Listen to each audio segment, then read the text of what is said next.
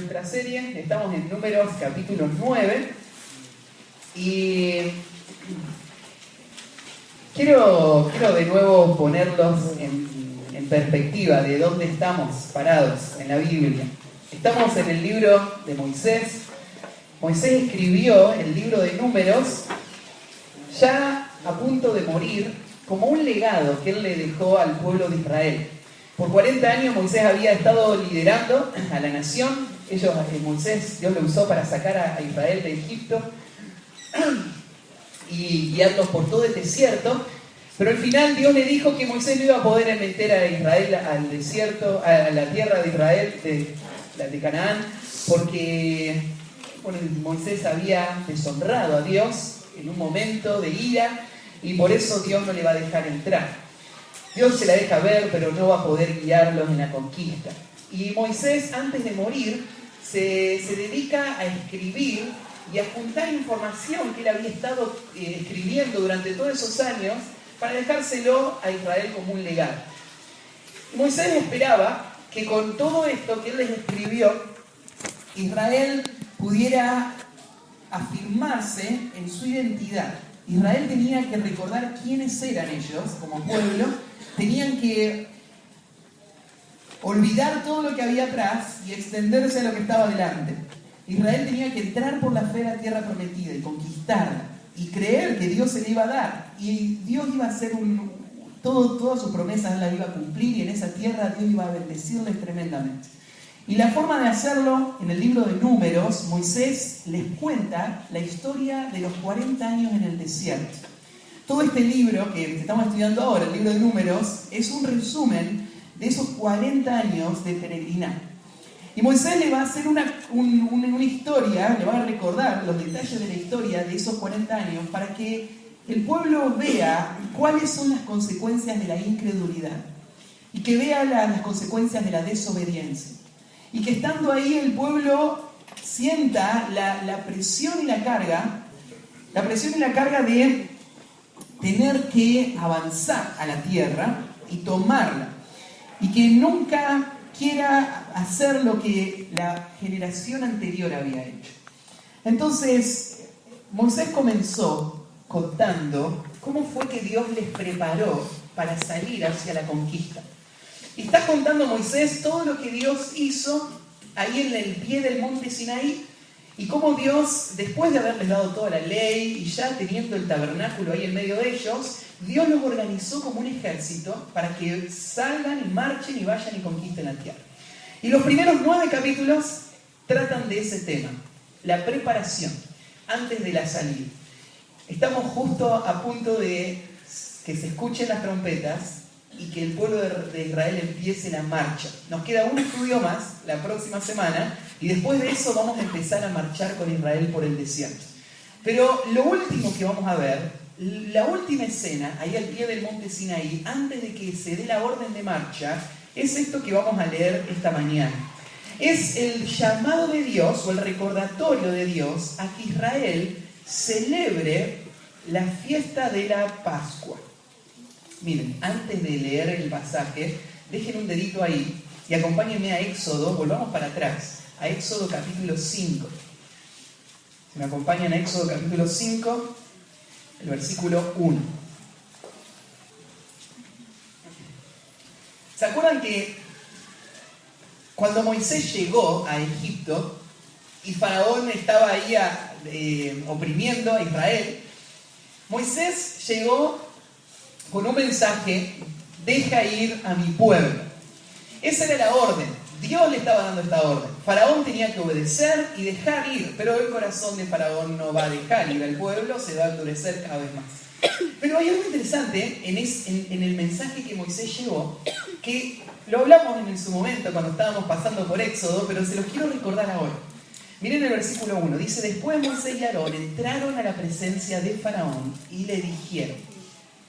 Ni bien llegan a Egipto, Moisés y Aarón juntan a todos los ancianos de Israel y les hablan de todo lo que Dios les había dicho y las señales que les había dado. Y todo el pueblo se alegra, pero ahora había que ir a hablar con Faraón. Y entran a la presencia de Faraón y le dicen estas palabras. Primera vez que Moisés habla con Faraón cuando viene y dice: Jehová el Dios de Israel, dice así: deja ir a mi pueblo, y ahí está la orden, pero ahora agrega algo más. Deja ir a celebrarme fiesta en el desierto. Deja ir a mi pueblo a celebrarme fiesta en el desierto.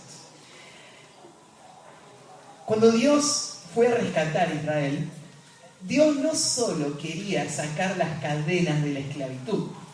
Eso tiene que ver con deja ir a mi pueblo. Pero hay algo más. Dios les llamó fuera de y hacia algo. Dios les llamó fuera de Egipto y la esclavitud y les llamó a la comunión con Él. Les llamó a, lo que dice acá, una fiesta. Dios los llamó a celebrar. Dios iba a cambiar todo el llanto de este pueblo, todo el clamor, toda la angustia y la agonía de 400 años. Dios lo iba a cambiar en gozo. Y ese gozo se resume en esa palabra, una fiesta. Y imagínense el pueblo de Israel escuchando a Moisés hablar de esto. Parece un tanto extraño. Una fiesta en el desierto.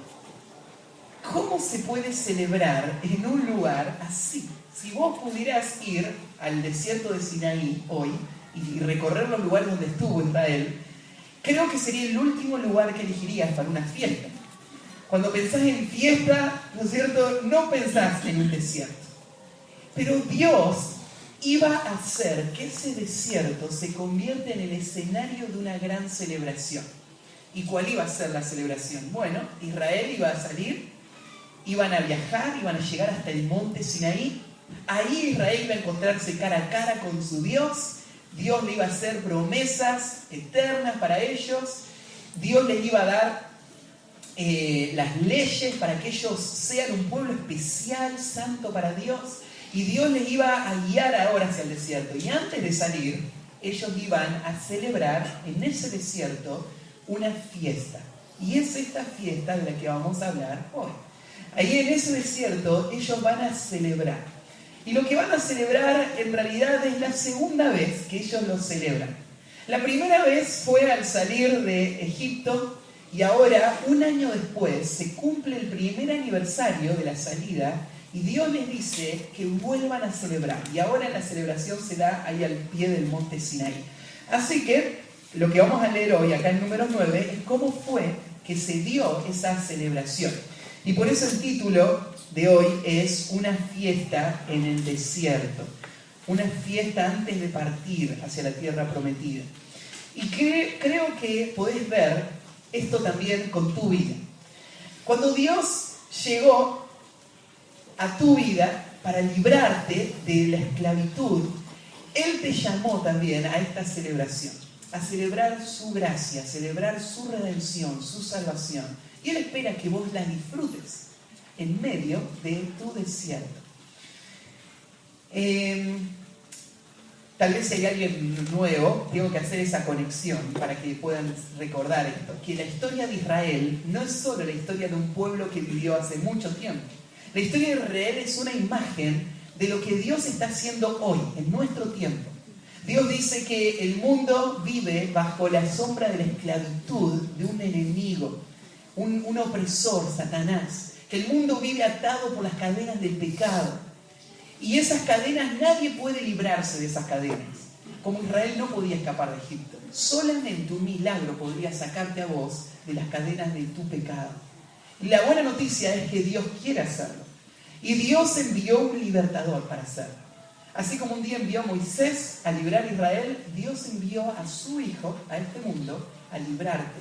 Y Él es capaz de hacerlo. En Él está en muestra el poder de Dios. Y Cristo es capaz de librarte y sacarte de la esclavitud del pecado y traerte a una gran celebración. La celebración de la misericordia y la redención de Dios. Bueno, vamos a leer el capítulo y después vamos a comentarlo. En realidad vamos a leer solamente hasta el versículo 14, así que si me acompañan con una lectura, dice en el versículo 1: Habló Jehová a Moisés en el desierto de Sinaí, en el segundo año de su salida de la tierra de Egipto, en el mes primero, diciendo: Los hijos de Israel celebrarán la Pascua a su tiempo. El 14º día de este mes, entre las 2 tardes, la celebraréis a su tiempo. Conforme a todos los ritos y conforme a todas las leyes, la celebraréis. Y habló Moisés a los hijos de Israel para que celebrasen la Pascua. Celebraron la Pascua en el mes primero, a los 14 días del mes, entre las 2 tardes, en el desierto de Sinaí, conforme a todas las cosas que mandó Jehová a Moisés. Así hicieron los hijos de Israel. Pero hubo algunos que estaban inmundos a causa de muerto, y no pudieron celebrar la Pascua aquel día. Y vinieron delante de Moisés y delante de Aarón aquel día, y le dijeron a aquellos hombres: nosotros estamos inmundos por causa del muerto. ¿Por qué seremos impedidos de ofrecer ofrenda a Jehová a su tiempo entre los hijos de Israel? Y Moisés le respondió: esperad, y oiré lo que ordena Jehová acerca de vosotros. Y Jehová habló a Moisés diciendo: habla a los hijos de Israel diciendo: cualquiera de vosotros o de vuestros descendientes que estuvieren inmundos por causa de muerto o estuviere de viaje lejos, celebrará la Pascua a Jehová. En el mes segundo, a los 14 días del mes, entre las 2 tardes, la celebrarán. Con panes sin levadura, hierbas amargas la comerán. No dejarán del animal sacrificado para la mañana, ni quebrarán hueso de él. Conforme a todos los ritos de la Pascua la celebrarán. Mas el que estuviere limpio y no estuviere de viaje, si dejare de celebrar la Pascua, la tal persona será cortada de entre su pueblo, por cuanto no ofreció a su tiempo la ofrenda de Jehová. El tal hombre llevará su pecado. Y si morare con vosotros extranjero y celebrare la Pascua a Jehová, conforme al rito de la Pascua y conforme a sus leyes la celebrará. Un mismo rito tendréis, tanto el extranjero como el natural de la tierra. Bueno, hasta ahí nomás. La semana que viene vamos a ver cómo termina este capítulo. Pero quiero enfocarme en esta celebración esta mañana y hablar de la fiesta de Pascua en ese desierto.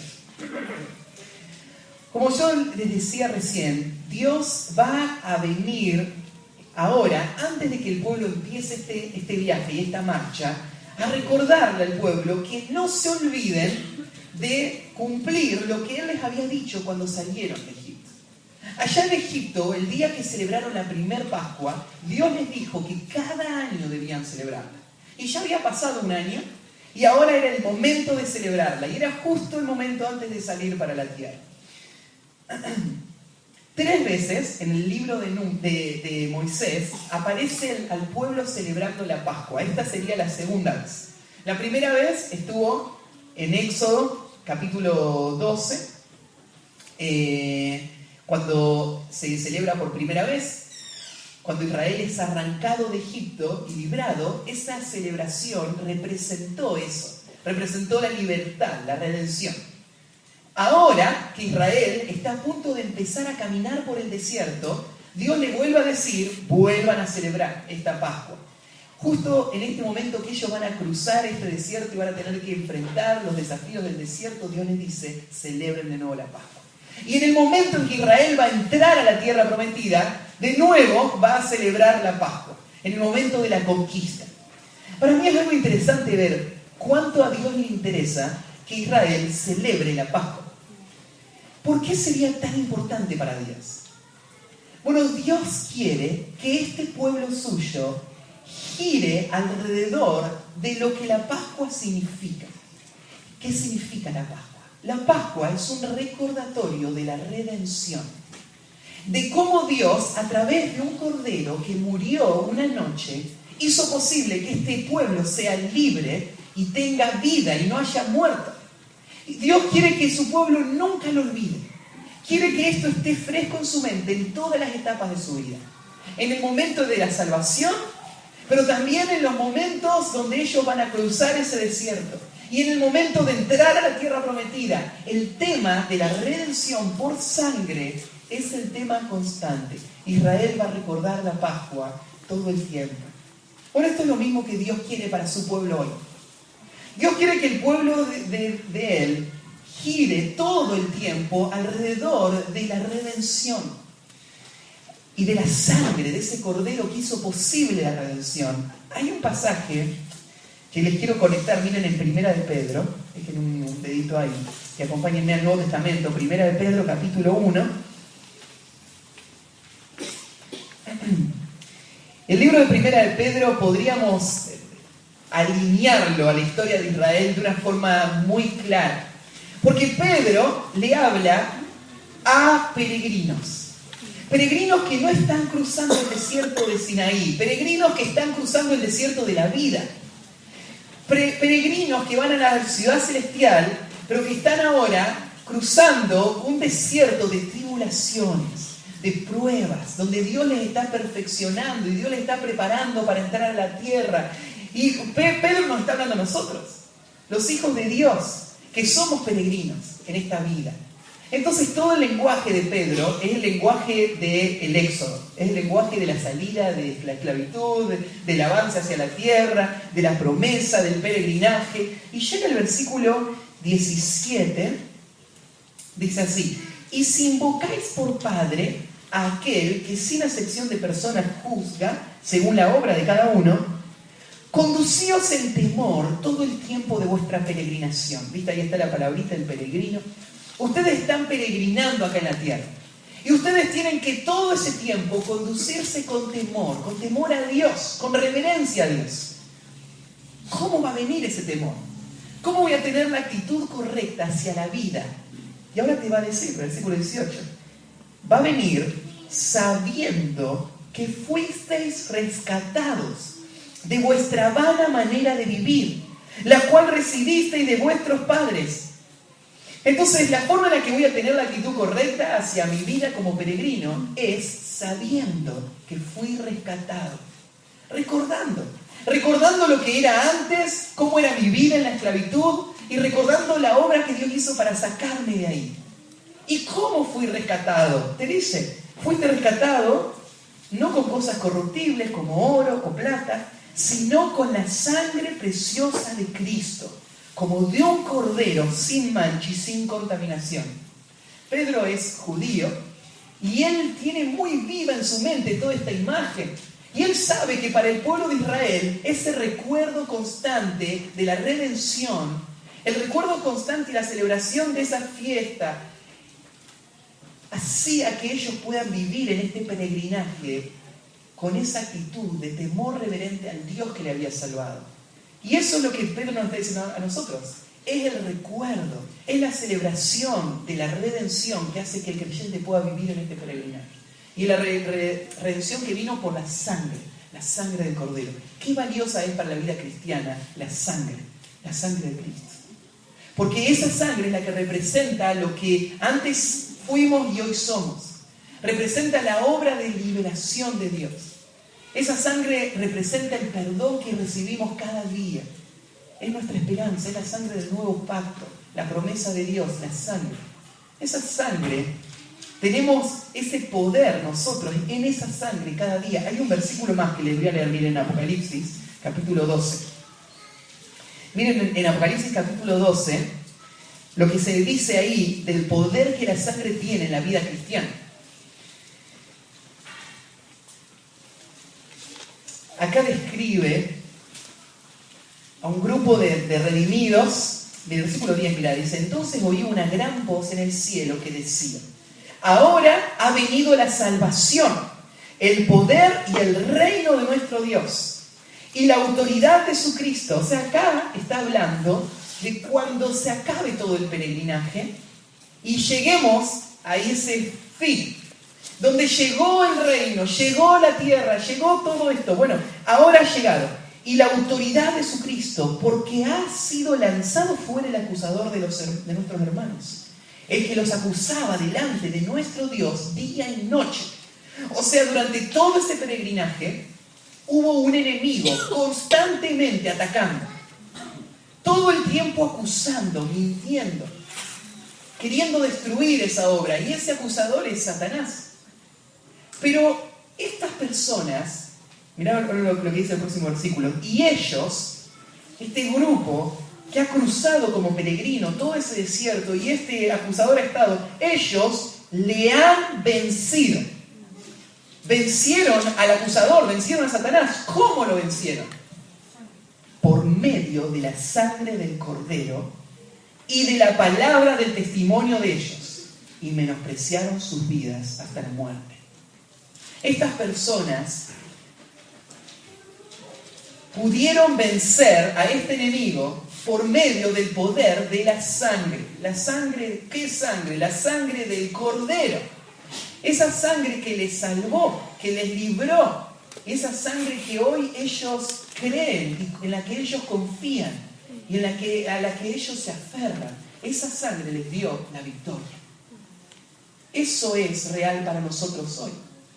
Nosotros como peregrinos vivimos en medio de este desierto, está el enemigo y nosotros tenemos esa misma promesa. Es la sangre de Cristo la que nos arrancó de las garras de Satanás y es el recuerdo de esa sangre que nos va a llevar a vivir en victoria cada día hasta el final para poder heredar todo lo que Dios nos prometió. Entonces, la Pascua no era algo menor para Israel. Era un momento muy importante. Antes de arrancar el peregrinaje, celebren la Pascua. Bueno, vamos a volver entonces a Números y vamos a ver 3 principios que aparecen acá en relación a esta fiesta y lo que significan para nosotros hoy. Primero, antes de partir, la nación debe recordar su identidad como pueblo redimido. Antes de salir, la nación debe recordar su identidad como pueblo redimido.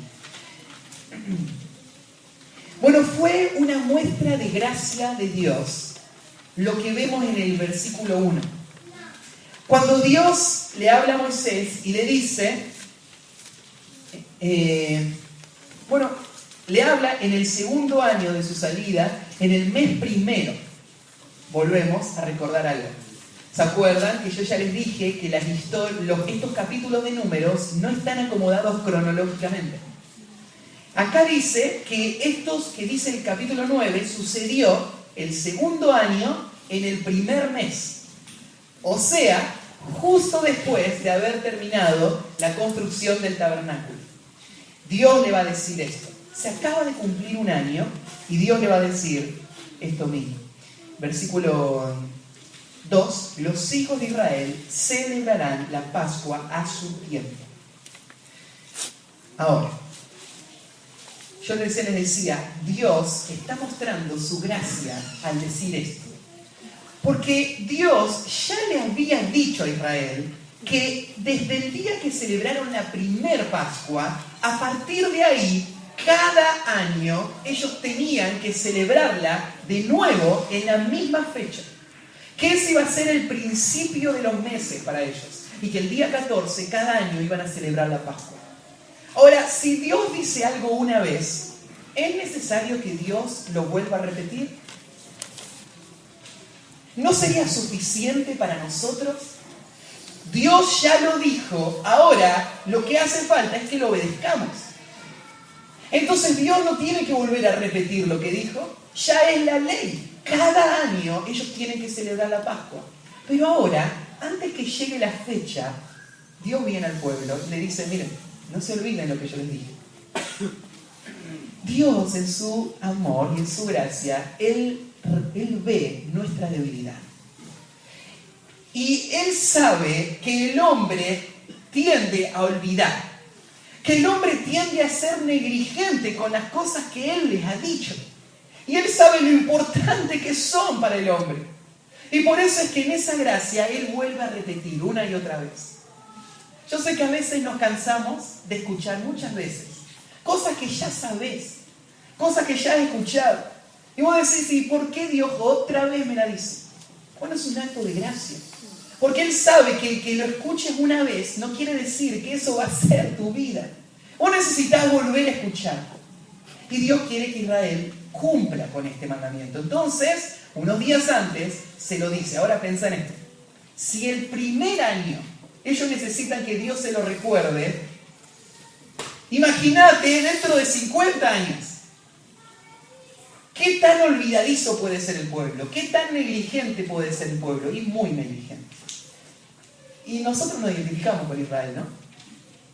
Porque nosotros Mi papá dice muchas veces cuando predica que cuando escuchamos la predicación nos entra, pero cuando salimos pisamos el primer escalón, se nos sacude un poquito la cabeza y se nos cae ya lo que escuchamos, se fue todo.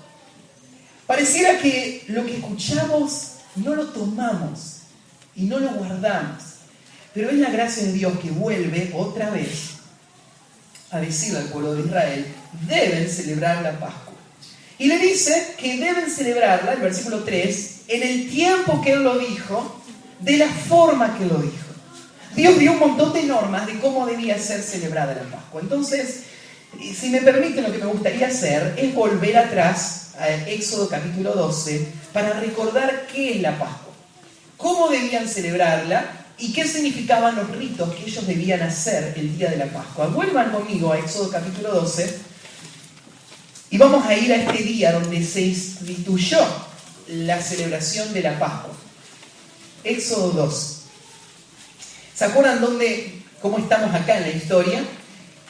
Dios había llegado, Moisés había llegado, Dios le había enviado, había dicho esas palabras: deja ir a mi pueblo. El faraón se había endurecido, no lo voy a dejar ir. Y Dios había empezado a traer plagas que mostraban el poder, la autoridad de Dios, y que tenían, lo que iban a ir es llevando a Egipto al punto donde Dios iba a librar a Israel. Y Dios está mostrando su poder, su grandeza, y el corazón de Faraón se endurece cada vez más. Y así pasa con el mundo, ¿no? Al mundo no le faltan evidencias de que Dios existe. El mundo tiene suficientes evidencias. Al mundo no le faltan explicaciones de qué es lo que Dios espera de ellos. El mundo lo sabe. Dios le dio una conciencia al hombre que sabe lo que está bien y lo que está mal. Y su voz salió por toda la tierra, dice. De modo que nadie tiene excusa. Al mundo no le faltan testigos que hablen el mensaje. El mundo está escuchando el mensaje. El problema es que el corazón se endurece al mensaje. Y Dios habla y el hombre hace lo que Faraón hizo. Cierra su corazón. No queremos someternos a este Dios. No queremos dejar a nuestros esclavos libres. Queremos nosotros ser Dios, como Faraón quería ser Dios. Queremos nosotros tomar el control de nuestra vida y de nuestros intereses. No queremos sujetarnos entre Dios, no queremos celebrar las fiestas de ese Dios, queremos nuestros propios ídolos. Lo que yo amo, eso es a lo que me quiero aferrar. Y ese Faraón representa el mundo entero. Y así Egipto. Todos están en ese mismo paquete. Así que Dios se prepara para traer un último evento que va a dividir las aguas. Ahora están todos juntos en la tierra de Egipto. Está el pueblo de Dios y está los hombres rebeldes a Dios. Todos conviven dentro de este mismo pueblo. Pero este día llegó el punto final. Este día el pueblo de Dios va a salir y el mundo rebelde a Dios va a ser juzgado por Dios. Y ese día va a ser un día que inspira gran temor. Porque Dios les dice que esa última plaga va a ser la peor de todas. Hasta ahora Dios había hecho señales naturales. Dios había traído granizo, Dios había traído ranas, piojos, había convertido el agua en sangre, pero este día Dios mismo va a venir y Él mismo se va a encargar de ejecutar a los que no creen y a los que cierran su corazón. En este capítulo vos ves a un Dios que hoy parece un Dios tan extraño. Un Dios que mucha gente dice, pero Dios es un Dios de amor. Dios nunca castigaría, Dios nunca me mandaría al infierno, pero este capítulo te habla de un Dios que viene con una espada en su mano y que va a ir de casa en casa matando a todos aquellos que no han creído y que han cerrado su corazón a Él. Y esto es lo que describe este capítulo. Dice, mirá el versículo 12.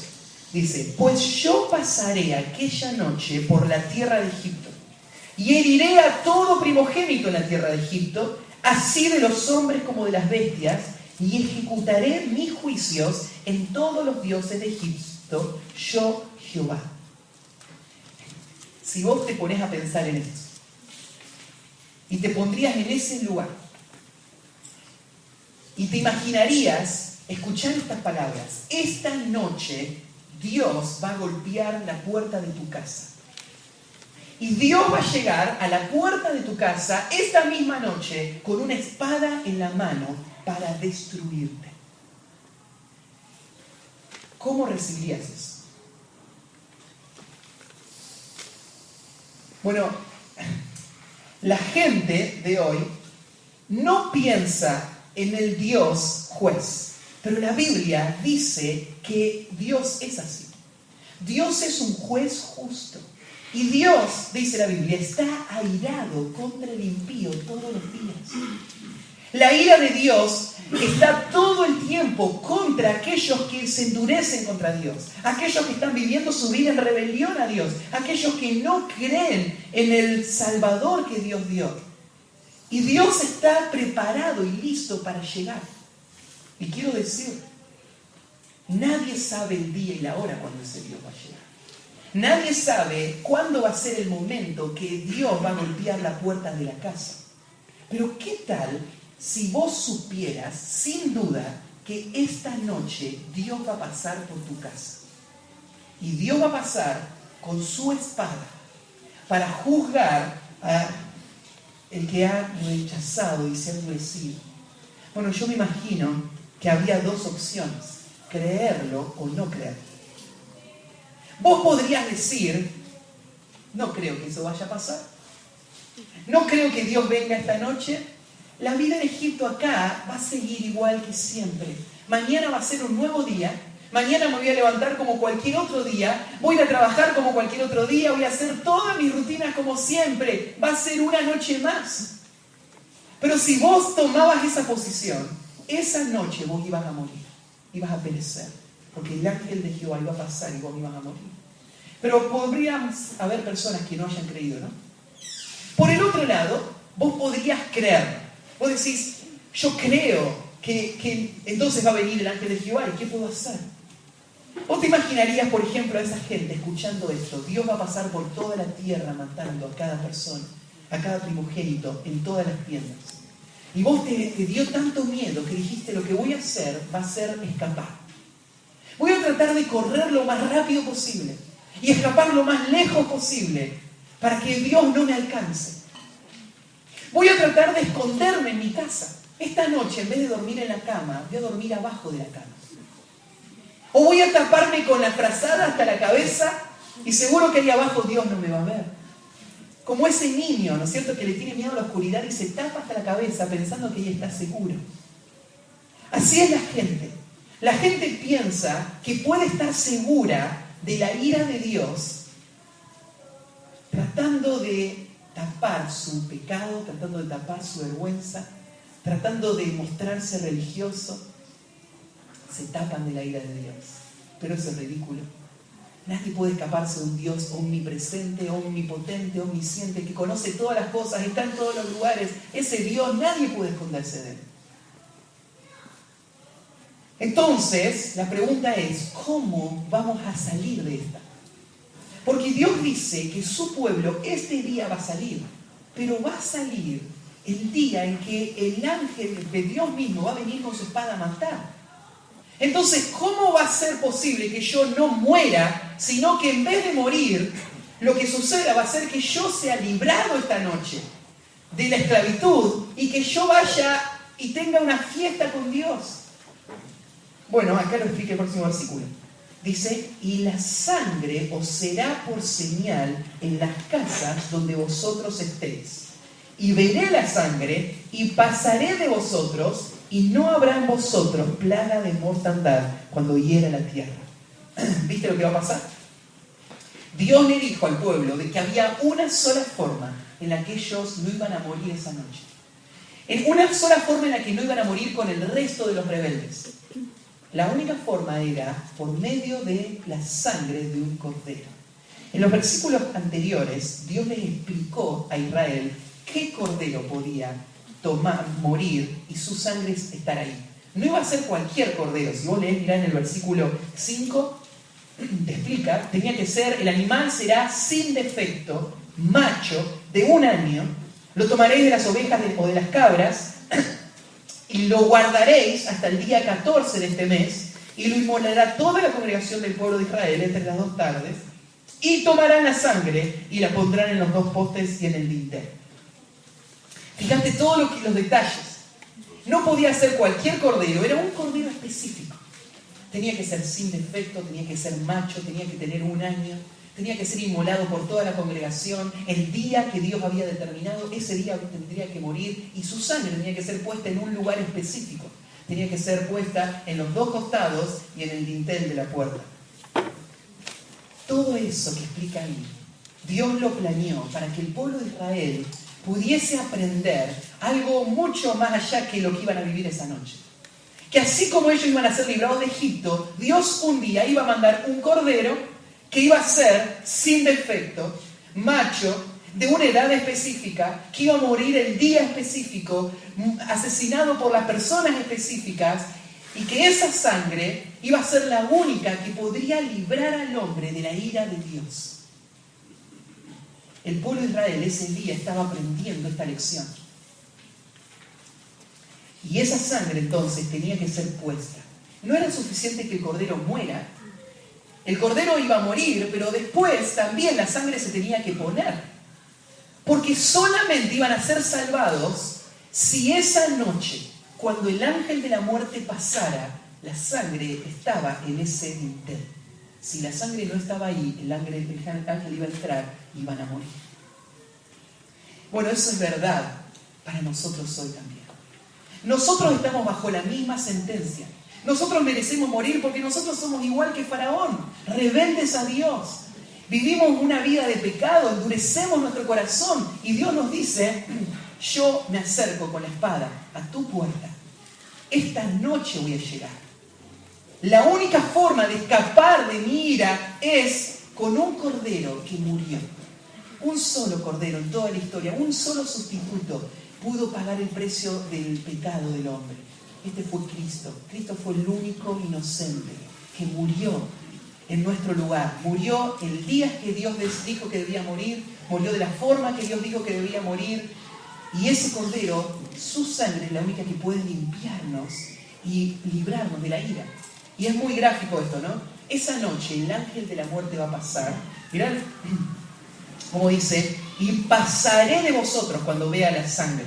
Esa palabrita pasar de puede significar pasar y no entrar, o puede significar también proteger. Puede significar defender, aparece así en otros pasajes de la Biblia. Y la idea, mirá en el versículo 23, en el capítulo 12, versículo 23, Dios lo explica un poquito más.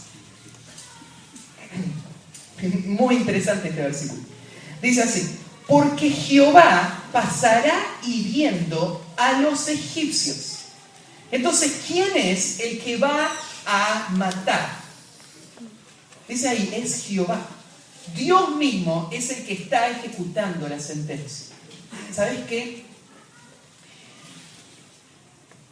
Dios, muchas veces nosotros miramos y pensamos que nuestro mayor problema y nuestro mayor enemigo son las personas, las circunstancias, o podríamos pensar hasta un Satanás. Satanás es nuestro mayor enemigo. Pero esa noche, déjame decirte quién era el mayor temor. El mayor temor no era Faraón esa noche. ¿Quién era el mayor temor? Era Jehová. Porque Jehová es el que va a venir a matar a sus enemigos. La gente no entiende esto.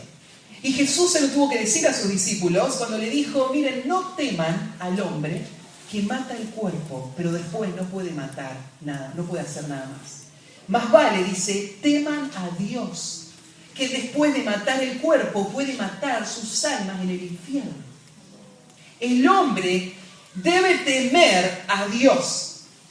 Y ese es el gran problema de la humanidad hoy. No hay temor de Dios. La gente no piensa en Dios como un juez que va a ejecutar su sentencia. Pero si vos supieras, si el mundo que está ahí afuera supiera cómo está realmente su alma, si pudiera ver su alma pendiente de un hilo, arriba de un infierno que arde, a punto de cortarse ese hilo, y cuando ese hilo se corte, caerían a esas llamas por toda la eternidad. Ellos entenderían lo que es el temor a Dios. El ángel, Dios, está a punto de golpear la puerta, y Él viene a condenar, a destruir, a matar a los culpables. Pero, mirá cómo sigue. Y cuando vea la sangre en el dintel y en los postes, pasará Jehová a aquella puerta y no dejará entrar al heridor en vuestra casa para herir. Entonces, la pregunta es, ¿quién es el heridor? ¿Quién es el que viene a herir? No, el que va a entrar a matar a esta casa es el mismo que dice al principio. Jehová pasará hiriendo. Jehová es el heridor, ¿no? Jehová es el heridor. Pero ahora dice que cuando Jehová vea la sangre en la puerta, Jehová no dejará entrar al heridor. Y el heridor es Jehová. Hay algo muy interesante acá. Porque Dios es el que viene a destruir a este que merece morir.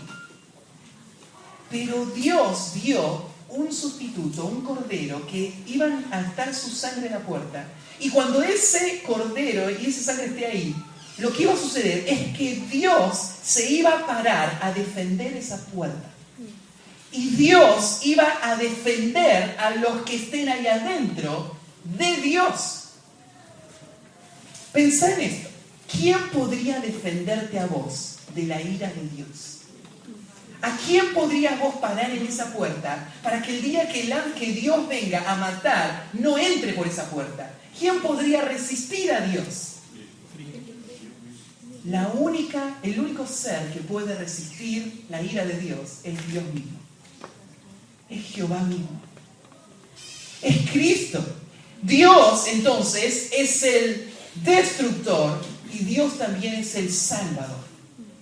Dios es el que amenaza con destruir al rebelde y Dios es el que promete seguridad al que cree y al que puso esa sangre en su puerta.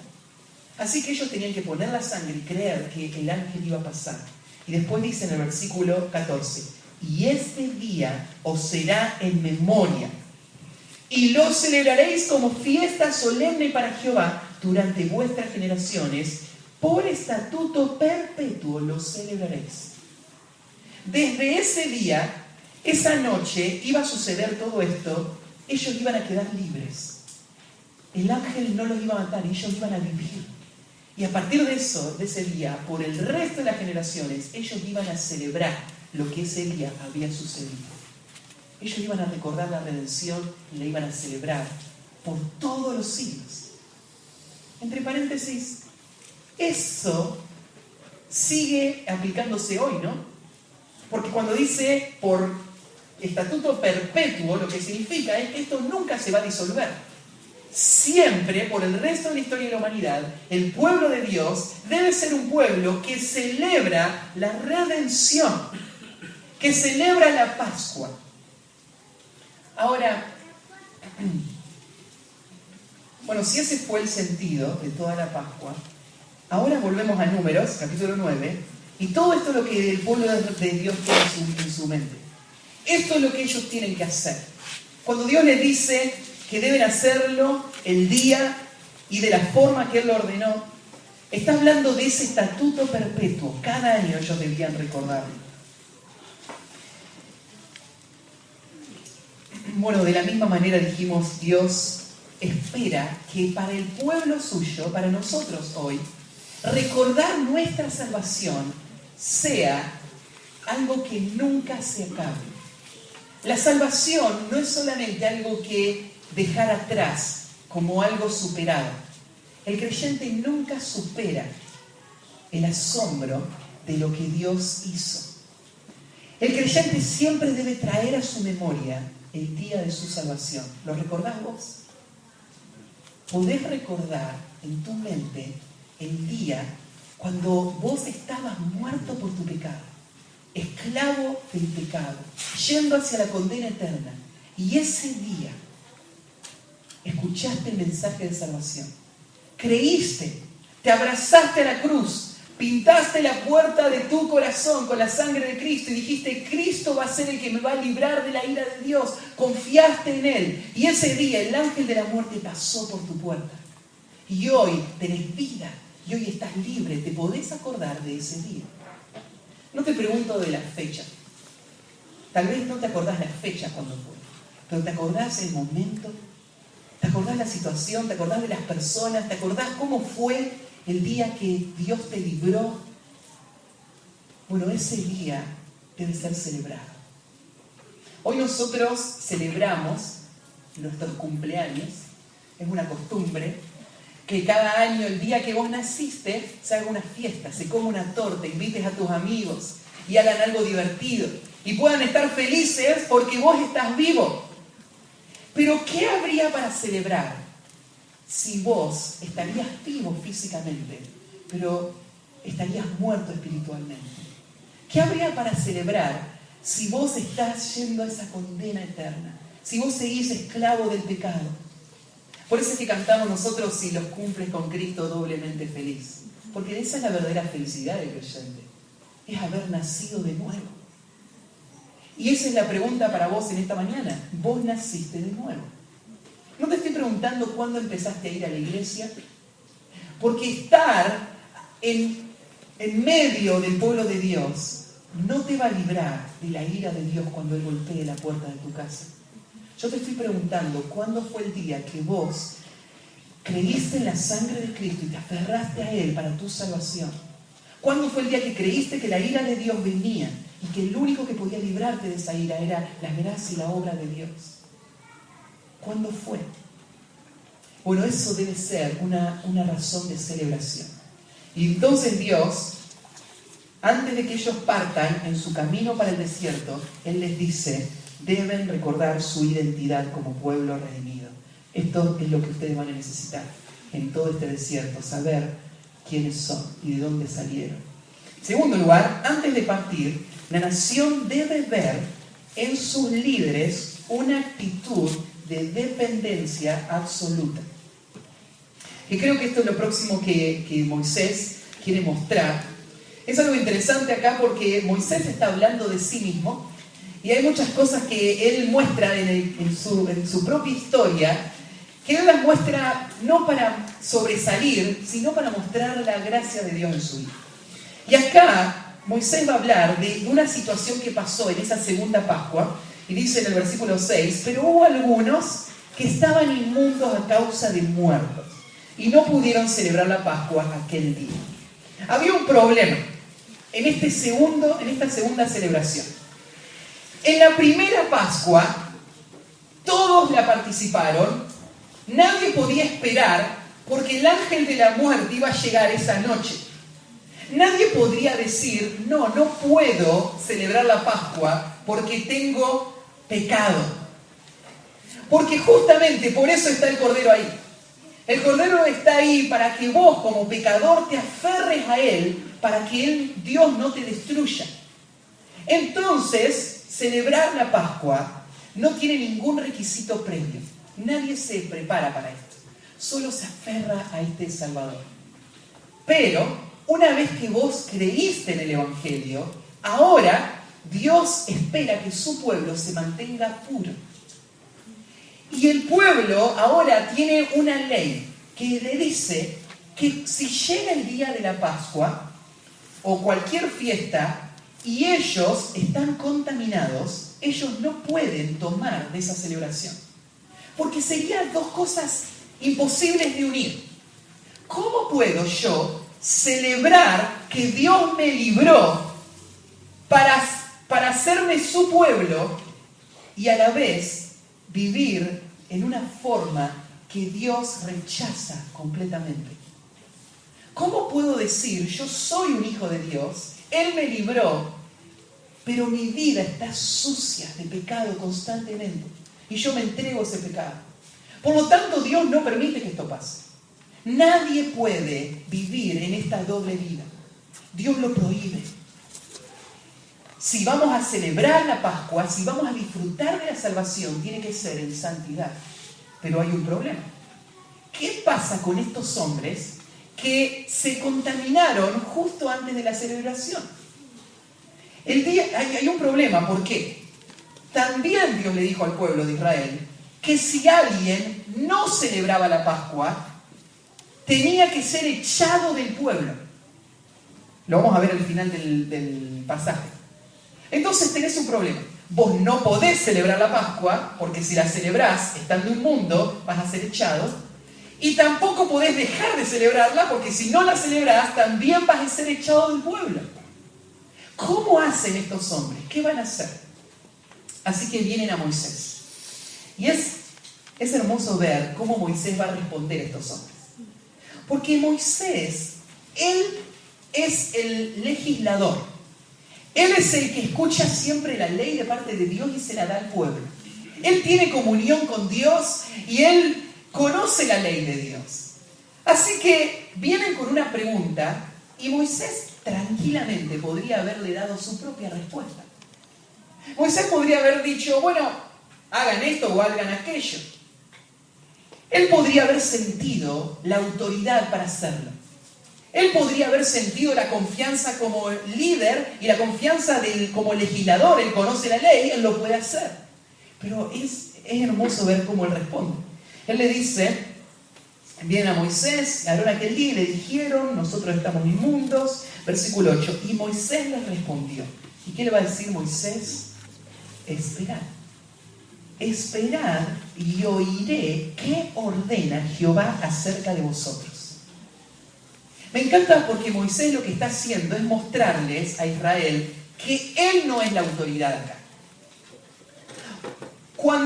Si este líder hubiese empezado a actuar por su propio medio, él hubiese mostrado a Israel que él era la autoridad.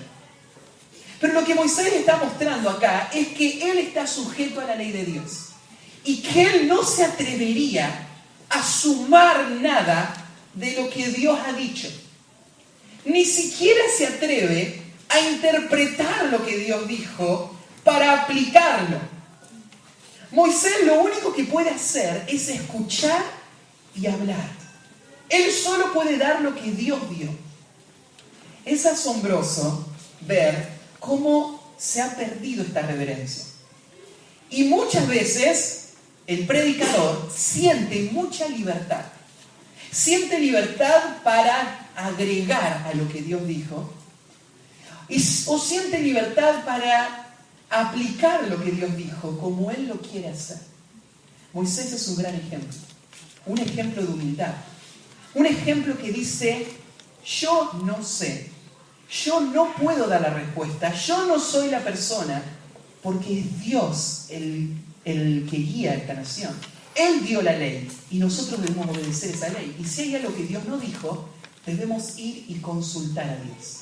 Así que lo que Moisés va a hacer es algo que nos cuesta muchísimo hacer. Y lo que le va a decir al pueblo es algo que le cuesta muchísimo al pueblo hacer. Y es esperar. Esperar. Si vos tenés ganas de hacer un estudio interesante, agarrar una concordancia. A veces al final de las Biblias de estudio hay algo que se llama una concordancia. Y ahí te aparece, vos podés buscar una palabra y te aparece todos los versículos en la Biblia donde aparece esa palabra. Entonces vos agarrás una de esas concordancias y buscás la palabra esperar o esperar. Y andate al libro de los Salmos o buscalo toda la Biblia si te animás y fíjate todo lo que Dios dice en cuanto a esperar. Todas las promesas que Dios da a los que esperan en Él. Muchas veces nosotros no escuchamos a Dios porque no esperamos suficiente. Y Moisés acá dice, no tenemos respuesta. Esperen.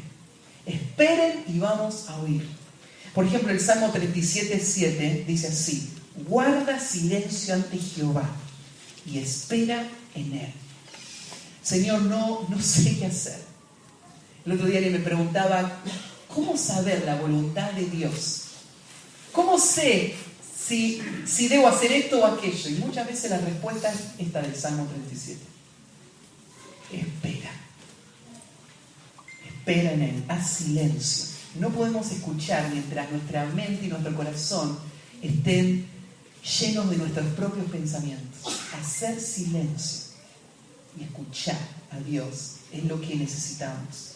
Segundo, ahí por el Salmo 178, 5, 138, 5, 138, 138, 5, dice así: esperé yo a Jehová, esperó mi alma, en su palabra he esperado. Este esperar no es cualquier esperar. No es un esperar espiritualizado, no es un esperar de meditar como hoy, por ejemplo, hacen los que hacen yoga y se sientan y liberan la mente, a ver a dónde va la mente y esperar que en ese estado haya paz en la mente. Esperar para Dios no es eso. Esperar significa hacer silencio y escuchar las palabras de Dios. Entonces vos querés saber la voluntad de Dios, querés tener dirección de Dios, lo que tenés que hacer es abrir la palabra de Dios. Esto es lo que le respondí a esta persona que me preguntaba el otro día. Mirá, en su palabra hay suficiente información para dirigirte. Hay suficientes principios para que vos puedas tomar cualquier decisión. Solo tenés que encontrarlos. Están ahí. Entonces, silencio, esperar en su palabra. Y ese esperar va a ser no solamente que el corazón se aquiete, no solamente que yo sepa a dónde ir, sino que me va a dar la fuerza para avanzar. Ahí en el Salmo 40:31 dice: pero los que esperan en Jehová tendrán nuevas fuerzas, levantarán alas como las águilas, correrán y no se cansarán, caminarán y no se fatigarán. No, está mal la cita, el anterior es el 138:5. Pero bueno, en este pasaje famoso de Isaías, el esperar es lo que va a dar la fuerza para avanzar. Entonces lo veo a Moisés como un ejemplo donde esta espera paciente y esta búsqueda de la palabra de Dios va a dar la respuesta que ellos necesitan. Y bueno, ¿cuál es la respuesta? ¿Qué hace una persona en esta situación? Y vos decís, bueno, pero ¿qué tiene que ver conmigo esta situación? Nosotros no celebramos la Pascua, no tenemos que estar limpios. Bueno, tiene mucho que ver con vos. La Pascua, dijimos, es recordar mi redención. Es afirmar que yo soy del pueblo de Dios, que yo fui sacado del pueblo de Dios. Y la Pascua, el creyente no la celebra solamente una vez al año. Uno podría decir, bueno, cada primer domingo de mes, por ejemplo, acá en nuestra iglesia, nosotros celebramos una reunión que se llama la Cena del Señor, que fue instituida durante la celebración de una Pascua. Cuando Jesús, la última Pascua, en la última cena, Él tomó los símbolos y le dio un nuevo significado. Y ahora cada vez que comen ese pan y toman de esa copa, recuerdan al Redentor. Pero el creyente no solamente recuerda la Pascua el día de la Santa Cena, ¿no? Recordamos la Pascua cada día. Cada día es que nosotros nos afirmamos en la obra de la salvación. Ahora, el problema es este. ¿Qué pasa con un creyente que quiere afirmar que él es creyente, que quiere celebrar la gracia de la redención, pero que él cae en pecado? Ese pecado, en esta historia, esta inmundicia hubiese hecho que ellos no puedan participar. Ellos no pueden celebrar la redención si ellos están inmundos. Pero entonces, ellos sí aman a Dios. Ellos sí quieren celebrar. Ellos sí fueron redimidos. Ellos sí quieren obedecer a Dios. El problema es que ellos se contaminaron de forma no planificada, accidental. Porque acá dice, ¿no es cierto?, ¿cómo se contaminaron? Se contaminaron con un muerto. ¿Se acuerdan cuando hablamos de los nazareos? Y cuando alguien moría al lado de ellos y se contaminaban porque alguien murió a su lado. O tal vez esta persona, quien murió fue su padre, su madre, sus hijos, y ellos fueron y los enterraron, alguien los tiene que enterrar, y ellos se contaminaron. Entonces, no es que ellos desafían a Dios, no es que a ellos no les importa la celebración de la Pascua, no es que ellos son negligentes con recordar la gracia de Dios, solamente que accidentalmente se contaminaron. ¿Qué va a pasar con estas personas? Así que Dios lo que va a hacer es dar una excepción a la regla. La Pascua solo se podía celebrar el primer mes, el día 14. Pero si alguien está contaminado por algo que no fue intencional, si alguien no pudo celebrar la Pascua, acá agrega algo más, porque estuvo de viaje, entonces, dice el versículo 10, si estuviera inmundo o estuviera lejos, debe celebrar la Pascua. Debe hacerlo. Debe seguir abrazándose a esa redención. ¿Cómo lo va a hacer? Lo va a hacer en el mes segundo a los 14 días del mes. Un mes después, él va a tener una segunda oportunidad. Una segunda oportunidad de demostrar que él realmente quiere celebrar esto. Que él sí está gozoso de la obra de redención y él quiere honrar a Cristo y que él quiere mantenerse puro. Entonces tiene un mes para purificarse. Purificarse de cualquier inmundicia que haya tenido y después de ese mes él la va a celebrar. Entonces lo que vemos acá es esta gracia de Dios para su pueblo. Un pueblo que está expuesto a la inmundicia todo el tiempo, igual que nosotros. Nosotros fuimos rescatados. Nosotros estamos gozosos de haber sido rescatados. Nosotros ya no queremos la vida de pecado. No queremos seguir en la esclavitud. Nosotros queremos celebrar la redención. Pero nosotros caemos y nos contaminamos. ¿Y qué hacemos? Bueno, eso va en contra de lo que decimos. Pero si es que hay sinceridad en nuestro corazón, Dios nos da los caminos para purificarnos y para poder volver a celebrar la redención. Y la Biblia nos habla de esos caminos, ¿no? La Biblia dice que si confesamos nuestros pecados, Él es fiel y justo para perdonarnos, limpiarnos de toda maldad. Entonces el creyente tiene esta gracia de Dios. La norma era, no pueden celebrarlo.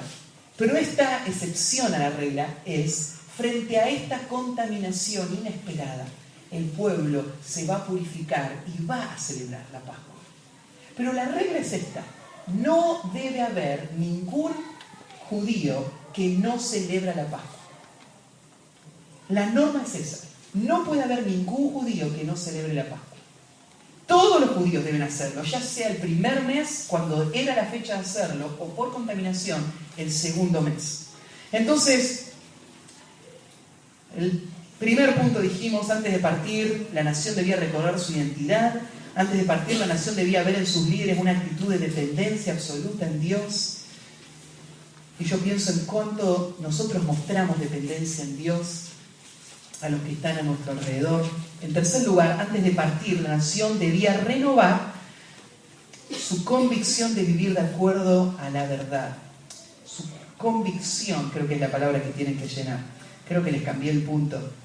Está escrito de forma distinta, Sopunte, ¿no? ¿Cómo dice Sopunte? ¿Igual está? Sí. Ah, bueno, perfecto. A último momento estaba pensando en el punto y se lo iba a cambiar, pero bueno, quedó igual. Entonces, la convicción de vivir de acuerdo a la verdad. Y mirad el versículo... el versículo 11 y 12 repite que toda la celebración tiene que ser igual en el segundo mes como se iba a hacer en el primer mes.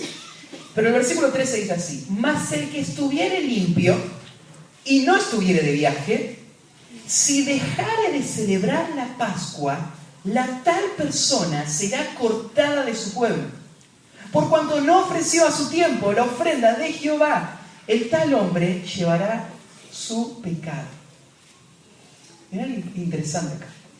Dios va a dar esa excepción, pero es solamente esa excepción para la persona que accidentalmente está inmundo o que está lejos.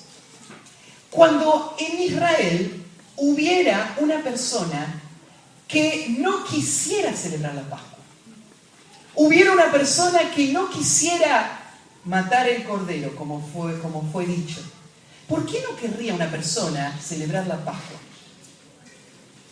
Era una vez al año, todos en Israel lo debían hacer, pero ¿por qué él decidiría no celebrar la Pascua?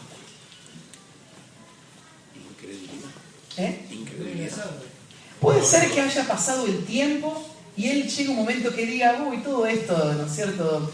Es algo que ya ni sé si será cierto o no. Esto que pasó no tiene nada que ver conmigo. Hoy vivimos en otra época. Imagínate 300 años después. Todo esto había quedado en el pasado. Puede ser.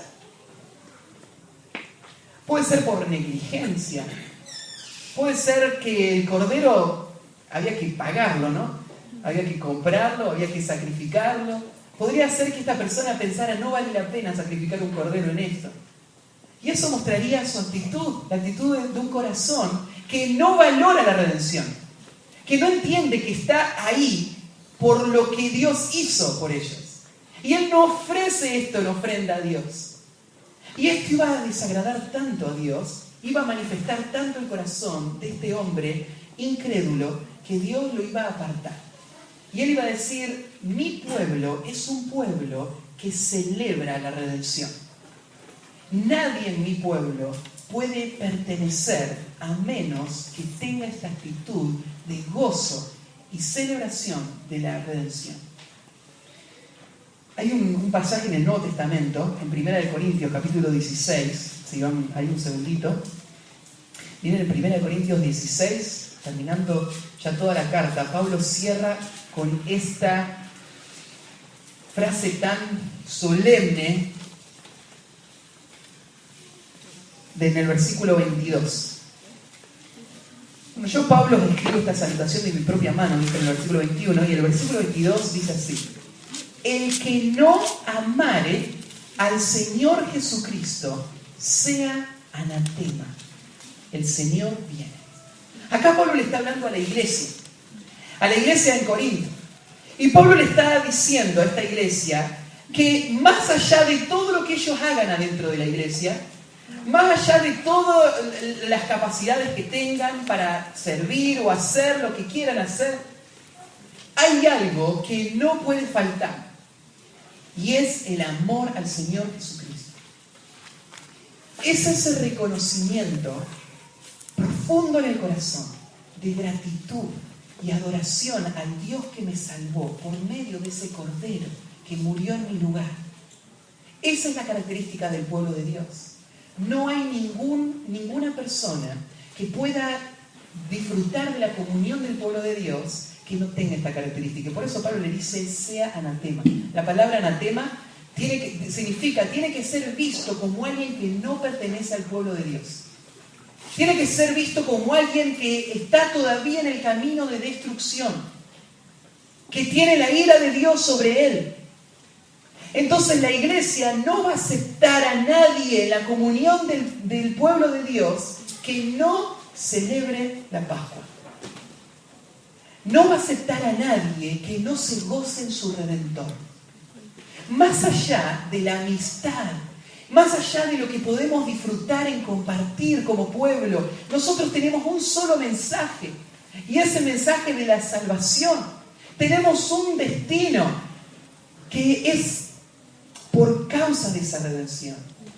Y tenemos una identidad, somos el pueblo redimido de Dios. Y en eso nos gozamos. De eso nos gusta hablar acá en la iglesia. De eso celebramos cada vez que nos encontramos, del Dios Salvador. Y esto es lo que marca la diferencia entre los que pertenecen al pueblo y no pertenecen. El amor a Cristo. El amor a Cristo. Entonces, volviendo de nuevo ahí a Números, Dios le dice, si alguien no celebra la Pascua. Entonces esto no incluye a una persona que está luchando con el pecado, pero que sí ama al Señor. Él quiere celebrar la Pascua, él sí ha sido redimido, él tiene un camino de restauración. Pero el que no ama al Señor, el que no quiere celebrar la Pascua, el que no se goza en la redención, él no es parte del pueblo. Y termina diciendo en el versículo 21, y si morare con vosotros extranjero, y celebrare la Pascua a Jehová, conforme al rito de la Pascua y conforme a sus leyes la celebrará. Un mismo rito tendréis, tanto el extranjero como el natural de la tierra. Todas estas leyes son verdad, tanto para el pueblo de Dios como para los que vienen de afuera del pueblo de Dios. No hay diferencia. Y sé que este mensaje en gran parte le habla a los que son del pueblo de Dios. Pero yo me pregunto, ¿hay algún extranjero acá con nosotros? No me refiero si sos de otro país. Me refiero a si vos todavía no sos parte de esta nación que Dios ha salvado, de su pueblo. Si vos no has vivido todavía el éxodo en tu propia vida espiritual, si Dios no te ha arrancado del pecado y la sangre del Cordero no está puesta en tu vida, si vos todavía no saliste, hay una sola forma de participar de la vida del pueblo de Dios. Es por medio de la Pascua. Por medio de la Pascua. La Pascua es el punto de acceso. La Pascua es la forma en la que un extranjero se vuelve parte de la familia. Cuando esta persona ve en esos símbolos la obra de salvación de Dios. Y te pregunto en esta mañana, ¿vos lo podés ver? ¿Podés ver en todo lo que expliqué yo?